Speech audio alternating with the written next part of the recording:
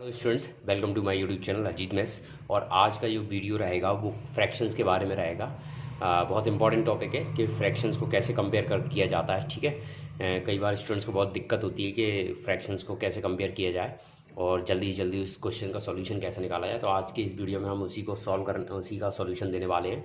ठीक है, तो यहाँ पे हम कुछ एक दो सिंपल से रूल पढ़ेंगे, कुछ दो तीन मेथड पढ़ेंगे जिनका यूज़ करके आप बड़े आसानी से फ्रैक्शंस को कंपेयर कर सकते हो।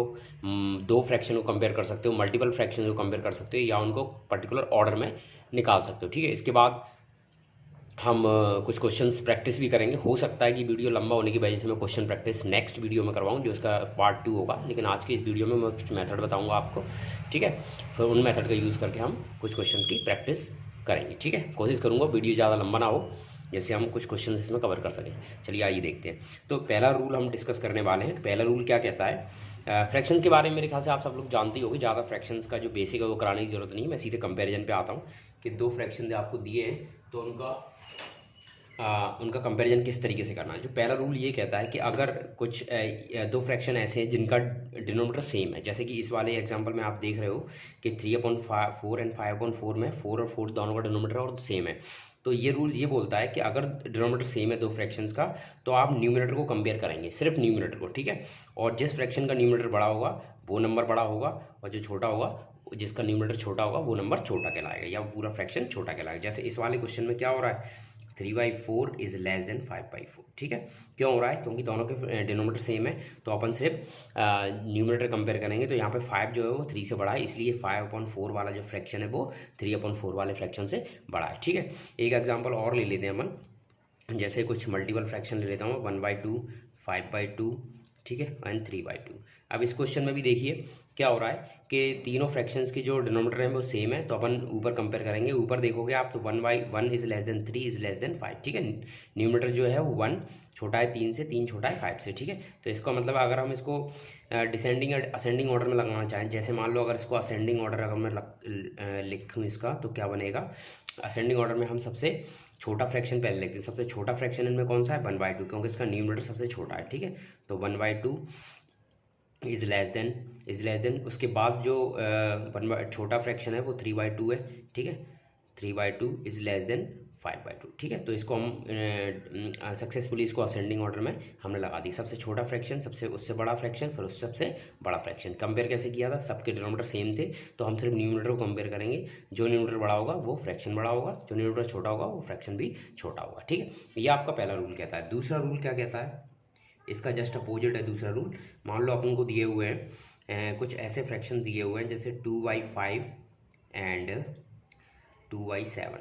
अब इसमें क्या हो रहा है? दोनों का डिनोमिनेटर डिफरेंट है लेकिन न्यूमिनेटर दोनों के अलग है। इस केस में जब आपके दोनों के डिनोमिनेटर डिफरेंट हो लेकिन न्यूमिनेटर सेम हो, तब हम क्या करते हैं? इस केस में जिस फ्रैक्शन का न्यूमिनेटर बड़ा होगा, जिस फ्रैक्शन का डिनोमिनेटर बड़ा होगा वो फ्रैक्शन छोटा हो जाएगा। ठीक है, इस केस में देखो 5 और 7 में से कौन बड़ा है? 7 बड़ा है, तो 7 वाला जो फ्रैक्शन है वो क्या हो जाएगा? छोटा हो जाएगा। तो इस केस में हम लिखेंगे 2/5 इज ग्रेटर देन 2/7। ठीक है, ये एक और एग्जांपल ले लेते हैं जिसमें मल्टीपल फ्रैक्शन हो। जैसे अपन ने लिखा 3/4, ठीक है, 3/4 एंड 3/5 एंड 3/7 मैंने ये लिखा हुआ। अब इसमें देखो न्यूमिनेटर तीनों का सेम है लेकिन डिनोमिनेटर डिफरेंट है। इस केस में क्या करेंगे? जिस जिस फ्रैक्शन का डिनोमिनेटर बड़ा होगा वो फ्रैक्शन सबसे छोटा हो जाएगा। तो इस वाले में अगर देखा जाए तो स्मॉलेस्ट फ्रैक्शन कौन सा होगा? स्मॉलेस्ट फ्रैक्शन जो होगा वो होगा आपका 3/7, क्योंकि इसका डिनोमिनेटर सबसे बड़ा है। इसके बाद जो बिगेस्ट फ्रैक्शन जो होगा इसमें, बिगेस्ट फ्रैक्शन जो होगा वो होगा बिगेस्ट फ्रैक्शन जिसका डिनोमिनेटर सबसे छोटा होगा। तो इसमें 4 सबसे छोटा है, तो इसका मतलब ये वाला फ्रैक्शन सबसे बड़ा होगा। ठीक है, तो ये दो सिंपल रूल्स थे। अब इन्हीं रूल्स के बेसिस पे कुछ अलग मेथड बनते हैं जिनको हम डिस्कस करने वाले हैं इस वाले चैप्टर में। ठीक है, कुछ एग्जाम्पल हम लेंगे, उसके बेसिस पे हम इनको सॉल्व करेंगे। ठीक है, तो मैं एक आध एग्जाम्पल ले लेता हूँ।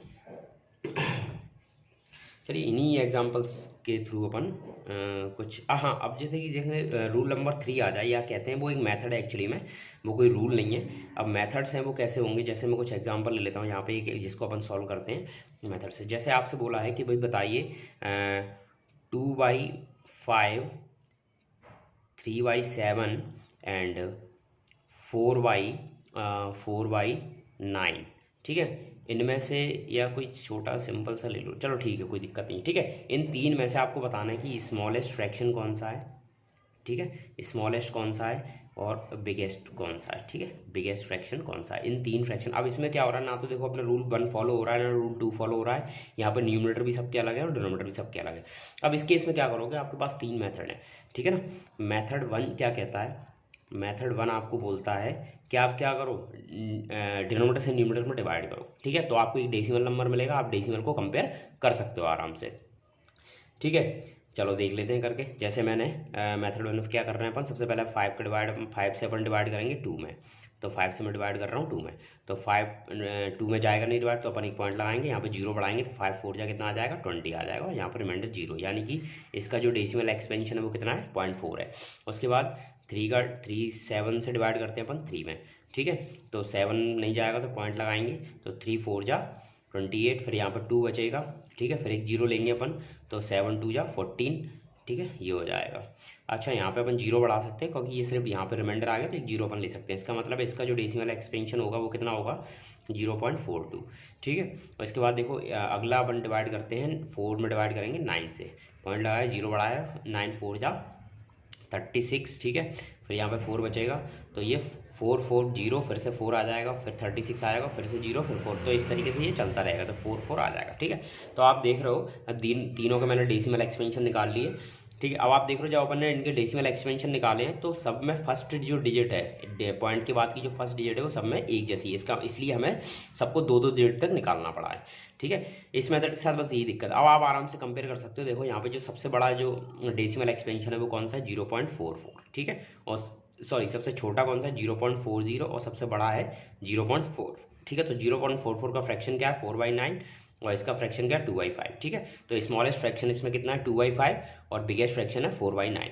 तो ये हाफ डेसिमल एक्सपेंशन वाला एक तरीका था। इस तरीके के साथ देखो दिक्कत ये है कि एक तो डिवाइड करना कई बार थोड़ा कम्बरसम हो जाता है, दूसरा एक और चीज़ है, मान लो आपने डिवाइड किया और पहली पॉइंट के बाद जो फर्स्ट डिजिट है वो तीनों की एक जैसी आ गई, अब क्या करना पड़ेगा आपको, फिर इनको डेसिमल के 2 डिजिट तक आपको सॉल्व करना पड़ेगा। मान लो अगर दूसरी डिजिट भी अगर सेम आ गई तो फिर आपको इसको 3rd डिजिट तक इसको सॉल्व करना पड़ेगा।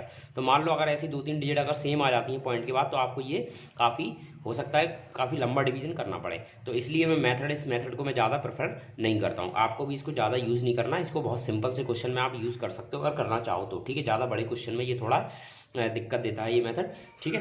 तो ये आपका एक मेथड हो गया। इसके बाद दूसरा मेथड है, इसको करने के लिए एक और देखते हैं अपन, एक और मेथड सेकंड है जो, उसमें अपन क्या करेंगे क्रॉस मल्टीप्लिकेशन करेंगे, ठीक है। अपने पास है 2/5, 3/7 एंड 4/9, ठीक है। क्रॉस मल्टीप्लिकेशन का मेथड 2 फ्रैक्शंस के लिए बहुत अच्छा होता है। 2 फ्रैक्शन को आपस में अगर कंपेयर करना हो तो क्रॉस मल्टीप्लिकेशन का मेथड, जैसे मान लो अपने पास ये 2 फ्रैक्शन है, इन दोनों को मुझे कंपेयर करना है, तो मैं क्या करूँगा क्रॉस मल्टीप्लिकेशन करूँगा, इसका इससे और इसका इससे, ठीक है।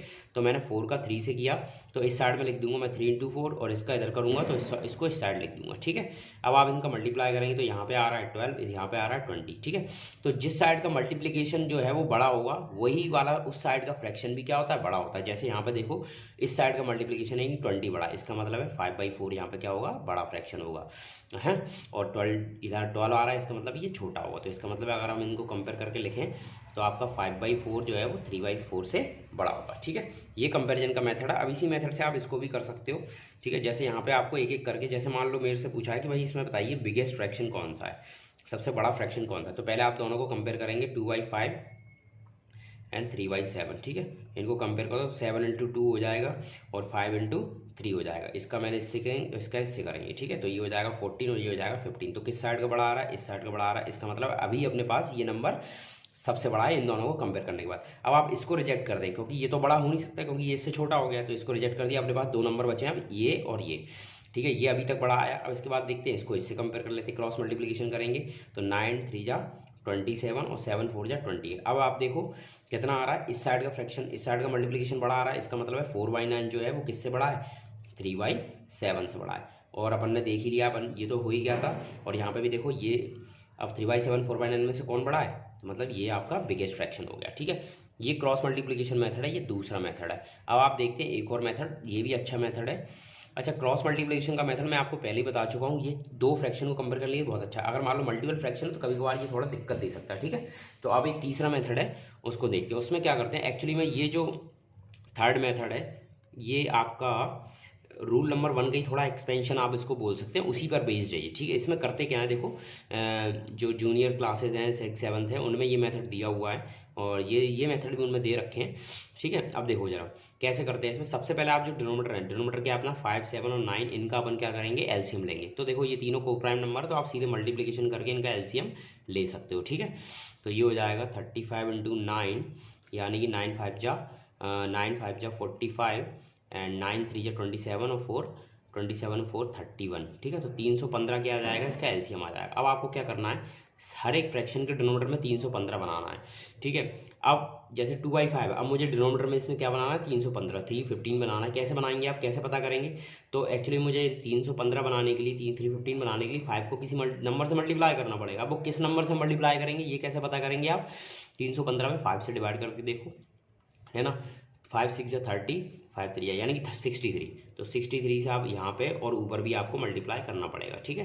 तो ये हो जाएगा 3 2 6 एंड 120, ठीक है। तो ये हो जाएगा 315, यानी कि ये फ्रैक्शन जो था वो अपना किस में कन्वर्ट हो गया, इसमें कन्वर्ट हो गया। अब आ जाओ 3/7 को भी कन्वर्ट कर लें, ठीक है।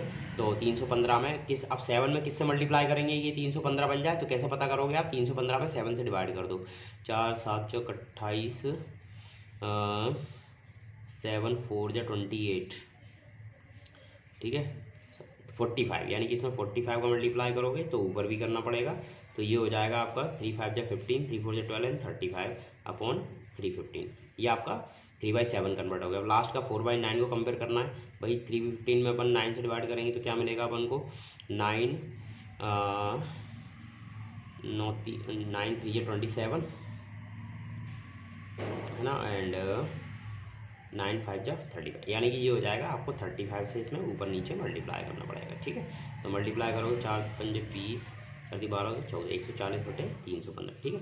अब आपके पास देखो ये फ्रैक्शन होगा, एक तो आ गया आपके पास 126 अपॉन 315, ठीक है, 135 अपॉन 315 और 140 अपॉन 315, ठीक है। ये आ गए तीनों फ्रैक्शन। अब देखो डिनोमीटर सबके सेम बन गए, जो अपन ने रूल फर्स्ट पढ़ा था जिसमें डिनोमीटर सेम होते थे, तो वही बन गया, ये रूल नंबर फर्स्ट बन गया, अपना रूल फर्स्ट बन गया, ठीक है। जिसमें आपके डिनोमीटर सेम थे, तो आप न्यूमरेटर कंपेयर करना, आप बहुत आसान हो गया। अब देखो अगर आपको इसमें बिगेस्ट नंबर बताना, तो जो न्यूमरेटर जिसका सबसे बड़ा होगा वही सबसे बड़ा नंबर होगा, जैसे कि ये वाला, ठीक है। अभी अपन ने सॉल्व किया था दूसरे मेथड से, तब यही अपना आंसर आया था, ठीक है। तो इसका मतलब आपका सबसे बड़ा फ्रैक्शन कौन सा हो गया, ये हो गया। सबसे छोटे की बात करें तो ये सबसे छोटा है, इसका जो करस्पॉन्डिंग फ्रैक्शन है वो ये रहा 2/5, तो ये सबसे छोटा हो गया, ठीक है। तो ये तीनों मेथड थे, आई होप आपको समझ में आए होंगे अच्छी तरीके से, ठीक है। अब इस वीडियो के जो नेक्स्ट पार्ट में हम क्या करेंगे, कुछ क्वेश्चंस को सॉल्व करेंगे, कुछ प्रैक्टिस करेंगे, कुछ अलग अलग तरह के क्वेश्चन करेंगे जो आपके एग्जाम के लिए बहुत इंपॉर्टेंट होंगे, चाहे आप जूनियर क्लासेस में हो या फिर किसी गवर्नमेंट जॉब की एग्जाम की तैयारी कर रहे हो, ठीक है। तो आई होप आपको वीडियो पसंद आएगा, तो प्लीज़ मेरे चैनल को सब्सक्राइब जरूर करें, वीडियो को लाइक करें, अपने दोस्तों के साथ शेयर करें ताकि वो भी इसका फ़ायदा उठा सकें। See you in the next video.